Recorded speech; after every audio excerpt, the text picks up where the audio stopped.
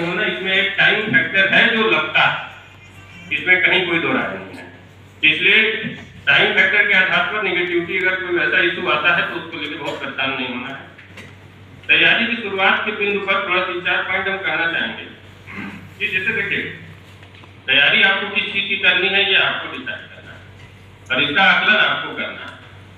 Decide करने का पैमाना बड़ा सिंपल है, आपको एक परीक्षा पास करनी है और जिनमें साक्षात्कार है उसमें परीक्षा और साक्षात्कार दोनों के आधार पर आपकी अंतिम मेरिट लिस्ट बनती है, सामान्यतः यही पैटर्न है। तो वनडे एग्जाम पे जहां आपको परीक्षा पास करनी है, आप उसका पिछले 3-4-5 साल का पेपर ले लीजिए। कट ऑफ सामान्यतः पता चल ही जाता है आपको, उतना तो सब आप लोग कनेक्टेड हैं, आपके फ्रेंड्स होंगे, कोचिंग वगैरह भी जहाँ लोग ले रहे हैं, कोचिंग भी है, नेट के माध्यम से पता चल जाता है। मान लीजिए कि उदाहरण के लिए मैं कह रहा हूँ कि 75 मार्क्स कट ऑफ है 100 में, तो अगर आप 80+ अटेम्प्ट कर ले रहे हैं तो आप उसको निकाल लेंगे। बिल्कुल सिंपल सा क्राइटेरिया है। अब चाहे इसके लिए आप सेल्फ स्टडी करें, चाहे ग्रुप स्टडी करें, चाहे कोचिंग जाए, चाहे मल्टीपल ऑफ कोचिंग जाए, चाहे कहीं नहीं जाए, ये आपको बस क्राइटेरिया यही है। तो अगर आपको लगता है कि नहीं, अब जब आप पहले दिन से तो आपको इतना आएगा नहीं, आप पेपर देखेंगे, आपने अब तक की पढ़ाई की, ग्रेजुएशन की पढ़ाई की, तो उसके आधार पर आपको एक आकलन हो जाएगा कि हाँ हम तैयारी करेंगे तो लगभग इतना कर लेंगे।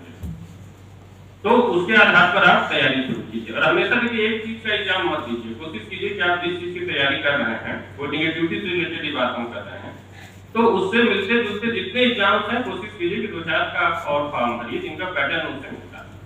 ज्यादा निगेटिविटी तब आती है जब कहीं आपको कोई सिलेक्शन या कोई पॉजिटिव रिजल्ट सुनने को मिलता है। जैसे हम कई लोगों को देखते हैं, सिर्फ बच्चे यूपीएससी की तैयारी कर रहे हैं, यूपीएससी का फॉर्म नहीं डालते हैं, सिर्फ यूपीएससी की तैयारी कर रहे हैं। मान लीजिए कि 2 साल तो पहले बेसिक तैयारी में लग जाता है लगभग, फिर आपने दिया आपका, हम कहते हैं आप इंटरव्यू से भी लौट आए लेकिन फाइनल नहीं हुआ, तो कहीं ना कहीं एक निगेटिविटी होती है। तो और ज्यादातर केसेस में क्या होता है कि प्रीलिम्स बच्चे निकाल लेते हैं, मेंस में फंस गए। कहीं मान लीजिए धोखे से प्रीलिम्स नहीं निकला तो और बिल्कुल अंधकार तक आ जाता है कि अब क्या होगा। तो ये नहीं करना है।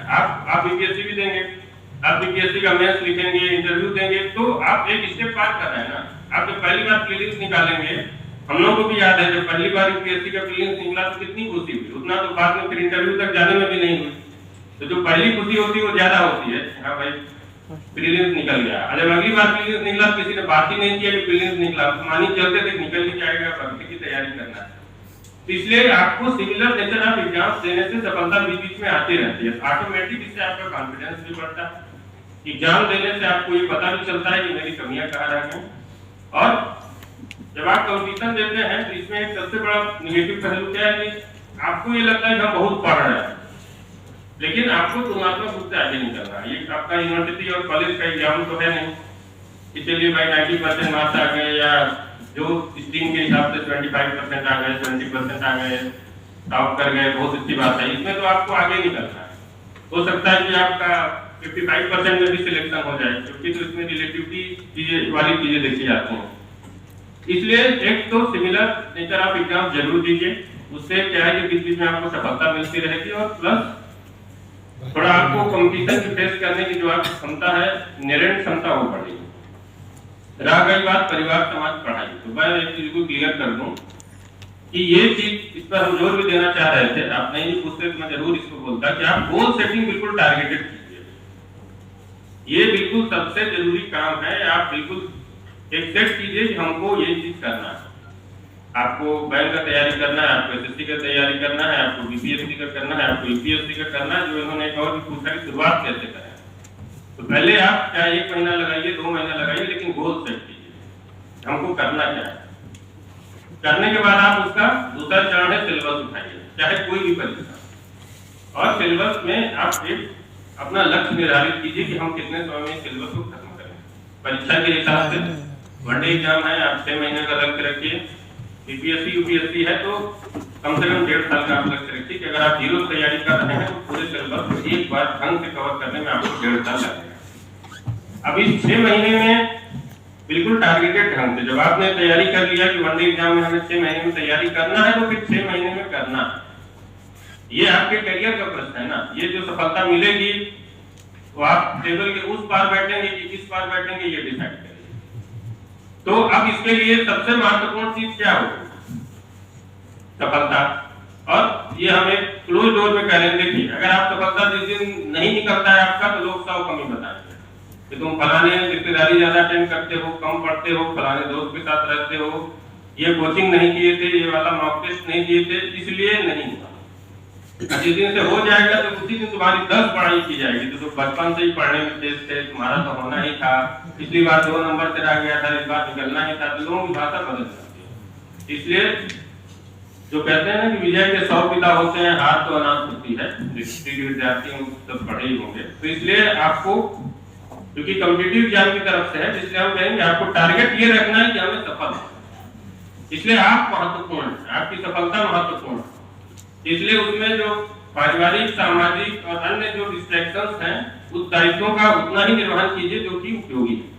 अब मैं नहीं कह रहा हूँ कि अब आपकी माता जी बीमार है तो कहीं मैं तैयारी कर रहा हूँ, इलाज नहीं, ये नहीं। जो अति आवश्यक सामाजिक दायित्व है उनकी पूर्ति कीजिए, उसमें कहीं कोई दो राय नहीं।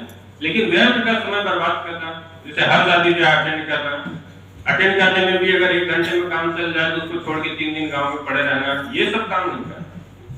चीजों को आप अटेंड कीजिए। लोगों को ये भी नहीं लगना चाहिए कि आप कटाप हैं, लेकिन मूल फोकस होना चाहिए आपको तैयार कि 90% समय, 85% समय हम अपने पर देंगे, 10-15% समय ठीक है जो अन्य चीजें भी हैं उनको। क्योंकि देखिए आपका ये टाइम बाउंड है, आपकी उम्र निकल जाएगी, लोग केवल हंसेंगे आपका कि आपका नहीं हुआ। जिस दिन आपका हो, इसलिए जो 5 साल, 3 साल, 4 साल जो बिल्कुल टाइम मिला है वो अनमोल समय है, दोबारा लौट के नहीं आता। हमारे ऐसे बहुत से लोगों को होता है, हमारे बहुत ऐसे फ्रेंड हैं बहुत लेट में तैयारी शुरू की, शायद पहले तैयारी की होते यूपीएससी निकल जाता है, लेट में तैयारी शुरू किए तो ठीक है यूपीएससी निकाल सकते। तो इसलिए बिल्कुल जो 2 साल, 3 साल, 5 साल आप उम्र के जिस भी पड़ाव में है, बिल्कुल एकदम टू द पॉइंट, जब तक आप अपने टारगेट को अचीव नहीं करते। तो स्वामी विवेकानंद जी का है ना, उठो जागो और तब तक आगे बढ़ते रहो जब तक तिलक प्राप्त नहीं करते। इसको आपको अपने जीवन में उतारना। जिस भी चीज का आपने टारगेट कर लिया कि मुझे ये एग्जाम निकालना है, तो जब तक वो नहीं निकलेगा उसी हिसाब से आपको अपनी पर्सनैलिटी भी डेवलप करना है। हम सारे क्वेश्चन को थोड़ा सा इसमें जोड़ते जाएंगे, इसलिए बिल्कुल कंसंट्रेट करना। जो हम लोग एक सामान्य भाषा में कहते हैं ना कंसंट्रेट, तो उसका अगर विस्तार करें तो यही कि जितने भी चीजें हैं आप मानकर चलिए कि वो सब एक्सटर्नलिटीज हैं, वो आपको करना है, लेकिन बस 10 से 15% की समयावधि में आपको उसको निपटा। बाकी जो 90% समय है, इनमें लगभग 7 घंटे सभी लोग सोते हैं, 17 घंटे जागते हैं। तो आप 17 घंटे में मान के चलिए कि 15 घंटे हमें अपनी तैयारी में। अब 15 घंटे का तात्पर्य नहीं कि आप उसको पढ़ते ही रहें लगातार। पढ़ने के लिए लगातार कंसंट्रेशन के साथ 8 घंटे 9 घंटे पर्याप्त है। उसके बाद फिर जैसे 16 घंटे पढ़ना, भाई 16 घंटे कोई एक ही क्षमता से नहीं पढ़ सकता। कि पहले घंटे में जिस क्षमता शुरू करेगा उसी क्षमता से 16वें घंटे में तब पढ़ेगा, ऐसा सामान्य विद्यार्थी नहीं है।